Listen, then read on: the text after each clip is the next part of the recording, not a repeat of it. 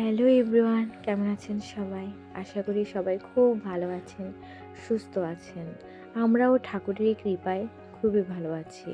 আবারও চলে আসলাম আপনাদের মাঝে নতুন একটা ব্লগ নিয়ে।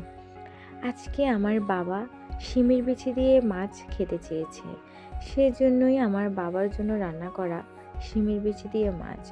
আমার বাবার শিমের বিচি দিয়ে মাছ নাকি খুবই প্রিয়, সেজন্য ভাবলাম আজকে বাবার জন্য রান্নাটা করেই ফেলি।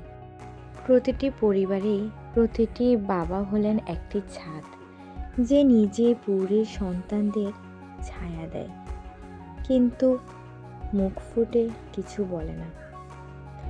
একজন বাবা হলেন একজন বন্ধুর মতন, যার উপর আমরা সর্বদাই নির্ভর করতে পারি। বৃদ্ধ হওয়া পিতার কাছে কন্যার চেয়ে প্রিয় আর কিছুই নয়। এবং কি বাবার ঋণ কখনো শোধ করতে যেও না, কারণ সাগরের জল সেচে কখনো শেষ করা যায় না।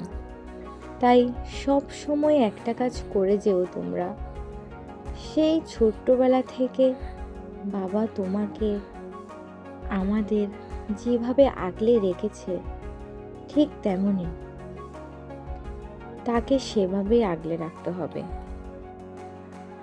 আমার বাবার 2 মেয়ে, আমি এবং আমার ছোট বোন, আমরা আমার বাবাকে সত্যি খুবই ভালোবাসি। আমার বাবাও আমাদেরকে খুবই ভালোবাসেন। এই যে আমার বাবাকে খেতে দিয়ে দিয়েছি, উনি খুবই এনজয় করে খাবারটা খাচ্ছেন। এটা দেখে সত্যি আমার মনটা সত্যিই ভালো হয়ে গিয়েছে। আজকের ভিডিওটা এই পর্যন্ত। সবাই ভালো থাকবেন, সুস্থ থাকবেন।